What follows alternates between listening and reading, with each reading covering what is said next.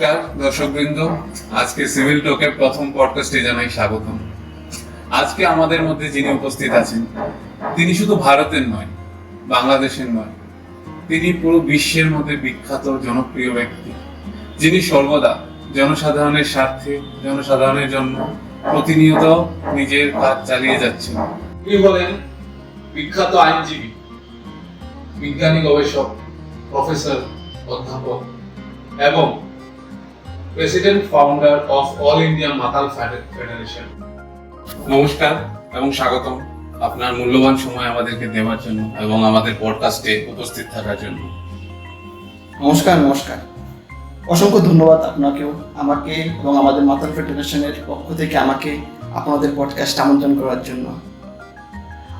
আমাদের অনেক পডকাস্ট, অনেক চ্যানেল থেকেই আমাকে নিমন্ত্রণ করা হয় যে পডকাস্ট করার জন্য, কিন্তু আমাদের সংগঠনের কাজের জন্য আমি সব জায়গায় উপস্থিত থাকতে পারি না।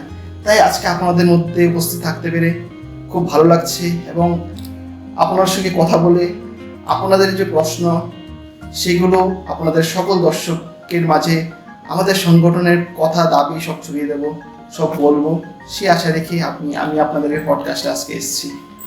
বলুন স্যার, আপনি বিশ্বের সর্ববৃহৎ রাজনৈতিক সংগঠন অল ইন্ডিয়া মাতাল ফেডারেশনের ফাউন্ডার এবং প্রেসিডেন্ট। এমন স্বল্প সময়ের মধ্যে সংগঠনকে এত বড় পর্যায়ে নিয়ে দাঁড় করানোর পিছনে আপনার অনুভূতি কি, একটু শেয়ার করবেন আমাদের সাথে? সব থেকে বড় ব্যাপার হলো একটা মাতালদের জন্য তৈরি একটা সংগঠন আজকে বিশ্বের সর্ববৃহৎ রাজনৈতিক দল। এর থেকে বড় অনুভূতি, এর থেকে প্রাউড মোমেন্ট একজন প্রেসিডেন্ট হিসাবে আর কি হতে পারে? স্যার, আপনি যখন দলটি বানিয়েছিলেন তখন আপনি কি একবার ভেবেছিলেন যে এমন বিপুল সংখ্যক সমর্থক আপনার পাশে এসে দাঁড়াবে এবং দলটি স্বল্প সময়ে এত বড় আকার ধারণ করবে? নিশ্চয়ই। দেশে 90% মাতাল রয়েছে, কিন্তু মাতালদের হয়ে কথা বলার জন্য কোনো সংগঠন নেই। তো আমি মাতালদের জন্য সংগঠন নিয়ে এসেছি, সবাইকে ইউনাইটেড করে নিয়েছি। তাই আজকে এই বিপুল পর্যায়ে চলে গেছে দল। সেটা নিশ্চয়ই ভেবেছিলাম যে আমরা সংগঠন তৈরি করার সঙ্গে সঙ্গেই সমস্ত মাতালরা আমাদের সঙ্গে যুক্ত হবে এবং বিপুলভাবে আমাদের সংগঠন আছে সফলতার চূড়ায় পৌঁছবে, এটা ভেবেছিলাম। বিশ্বে এত বড় রাজনৈতিক সংগঠন তৈরি করার পিছনে আপনার মূল উদ্দেশ্য কি ছিল? নিজেকে বিশ্বগুরু তৈরি করা, নাকি বাকি রাজনীতিবিদদের মতো অর্থ ও পয়সা কামানোর আশায় আপনার এই সংগঠন? একদম ঠিক বলেছেন। রাজনৈতিক দল তৈরি করা হয় পয়সা কামানোর জন্য। যেমন পিসি তৈরি করেছে চাকরি বিক্রি করে পয়সা ইনকাম করার জন্য, রাজনৈতিক দল তৈরি করেছে। কেউ পেপার লিক করে ইনকাম করার জন্য রাজনৈতিক দল করতে চায়। কেউ ইউনুসের মতো আবার নেতা আছে, দেশ বিক্রি করে দিয়ে রাজনৈতিক দল তৈরি করতে চায়। আমার উদ্দেশ্য এটা নয়। আমি দেশের সাধারণ মাতালদের জন্য কথা বলার জন্য রাজনৈতিক দল তৈরি করেছি। আচ্ছা, আমাদের সাধারণ যে মাতালগুলো রয়েছে ওরা প্রতিদিন দেশের অর্থনৈতিক উন্নতি এবং শক্তিশালী করতে প্রতিদিন মদ খেয়ে যাচ্ছে, প্রতিদিন হাজার হাজার লাখ লাখ কোটি কোটি টাকা ট্যাক্স দিচ্ছে শুধু দেশের অর্থনীতিকে শক্ত করার জন্য। মদ খেয়ে যাচ্ছে, কিন্তু তাদের জন্য ন্যায্য দাবি, তাদের ন্যায়, তারা কি চায়, ওদের হয়ে কথা বলতে কোনো দল, কোনো সংগঠন এখন পর্যন্ত তৈরি হয়নি। কেন? ওদের জন্য কথা বলার জন্য কেউ দরকার নেই। সেই জন্য আমি এই দলটা তৈরি করেছি। আমি কোনো ইনকাম বা বিশ্বগুরু হওয়া বা নিজেরকে প্রতিষ্ঠা করার জন্য আমি এই দল খুলিনি। আমি সাধারণ মাতালদের জন্য এই দল খুলেছি। তাই আমি চাই সকল মাতাল আমাদের সঙ্গে এসে যুক্ত হোক, সকল মাতাল আমাদের সঙ্গে যুক্ত হোক, আপনিও আমাদের সঙ্গে এসে যুক্ত হোক। আপনার সংগঠন কি শুধু মাতালদের জন্যই কাজ করে যাবে, নাকি ড্রাগ সেবনকারী, গাঁজা প্রেমীদের পাশেও দাঁড়াবে? না, আমরা শুধু মাতালদের জন্যই কথা বলি। ড্রাগস প্রেমী, গাঁজা খোরদের জন্য আমাদের সংগঠন কাজ করে না।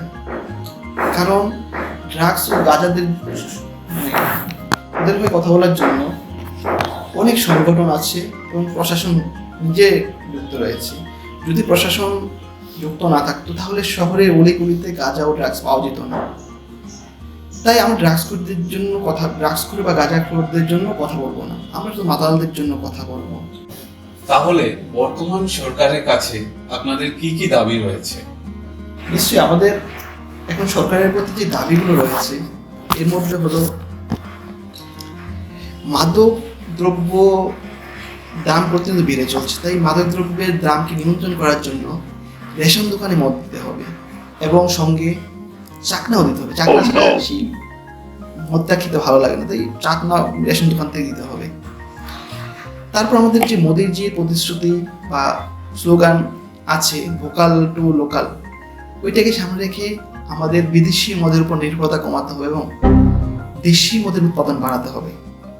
তারপর আমাদের আরেকটা দাবি রয়েছে সরকারের প্রতি, যদি কেউ মদ খেয়ে রাস্তায় পড়ে থাকে বা কোনো ড্রেনের মধ্যে পড়ে থাকে তাকে যত্ন সহকারে এবং খুব আদর যত্নে সম্মানের সহিত তোকে বাড়ি পৌঁছে দেওয়ার ব্যবস্থা করতে হবে। মদ খেয়ে কোনো মাতাল ভাই বোন যদি অসুস্থ হয়ে যায় বা কিডনিতে সমস্যা হয় তাকে উন্নত মানের চিকিৎসার ব্যবস্থা করতে হবে এবং সব থেকে ইম্পর্টেন্ট হলো রাষ্ট্রপতি দ্বারা বিশিষ্ট মাতাল সম্মানে সম্বোধন করতে হবে। প্রবীণ যে মাতালগুলো রয়েছে তাদের জন্য পেনশনের ব্যবস্থা করতে হবে এবং নবীন মাতালদেরকে উৎসাহিত করার জন্য স্কলারশিপ এবং ভাতার ব্যবস্থা করতে হবে। মদ খেয়ে যদি কেউ ইংরেজিতে কথা বলে বা বিভিন্ন ভিডিও বানিয়ে ফেসবুক বা ইউটিউবে পোস্ট করে, ওদেরকে উৎসাহিত করার জন্য প্রচুর পরিমাণে লাইক শেয়ার সাবস্ক্রিপশন করতে হবে এবং ওদেরকে উৎসাহিত করতে হবে।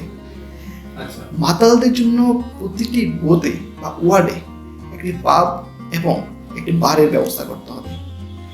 এবং আমাদের সব থেকে যেই ইম্পর্টেন্ট হলো প্রত্যেকটা বিধানসভায় একটা অ্যালকোহল ইনোভেশন এবং টেকনোলজি সেন্টার করতে হবে, যেখানে আমরা যে আমাদের পাপ্পুজি আছে সম্মানিত পাপ্পুজির যে ভাবনা, ওই ভাবনাকে কাজে লাগাবো।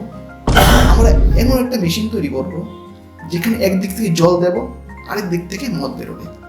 তাহলে অল ইন্ডিয়া মাতাল ফেডারেশন যদি আগামীতে সরকার গঠন করে তাহলে দেশের জনগণকে কি সুযোগ সুবিধা প্রদান করবেন বলে ভেবেছেন, নাকি আপনারা শুধু মাতালদের উদ্দেশ্যেই কাজ করে যাবেন?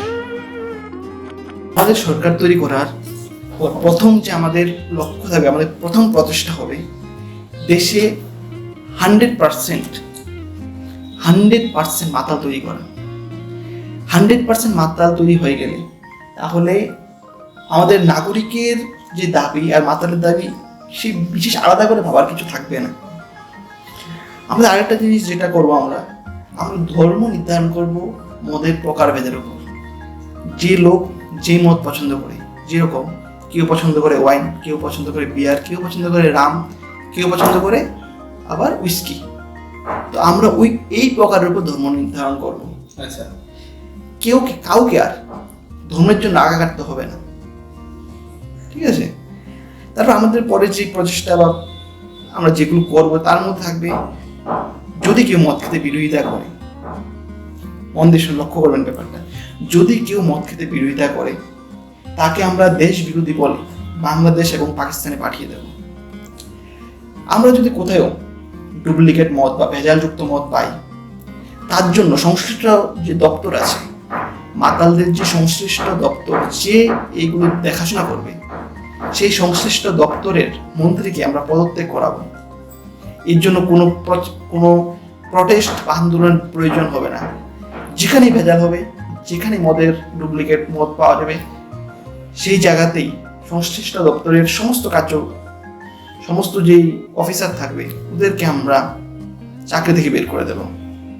সঙ্গে যদি বাংলাদেশ বা পাকিস্তান বা অন্যান্য দেশ থেকে কেউ এসে যদি ওরা দীর্ঘদিন মদ খাচ্ছে সেই প্রমাণপত্র দেখাতে পারে, আমাদের যে এসআইআর হচ্ছে, এসআইআর যদি বিদেশ থেকেও কেউ এসে দীর্ঘ 1972 থেকে মদ খাচ্ছে বা ওদের ফ্যামিলি পরম্পরা মদ খাচ্ছে, এরকম লিস্ট দেখাতে পারে বা প্রুফ দেখাতে পারে, তাদেরকে আমরা দেশের নাগরিকত্ব দেব। এবং আমাকে মাতালদের প্রধান সেবক হিসেবে করার জন্য সমস্ত মাতাল বন্ধুদেরকে আপনাদের পডকাস্টের মাধ্যমে অনুরোধ করব, আমাদের হাতের সঙ্গে যুক্ত হন, আমাদের হাত ধরুন, মদ খান এবং সবাইকে মদ খাওয়ার জন্য উৎসাহিত করুন। নমস্কার। তো আজকে আমাদের সর্বশেষ প্রশ্নের সাথে এখানেই আমাদের পডকাস্টের সমাপ্তি ঘোষণা করছি এবং আপনার মহৎ উদ্দেশ্যে সফলতার জন্য শুভেচ্ছা এবং শুভকামনা জ্ঞাপন করছি। নমস্কার।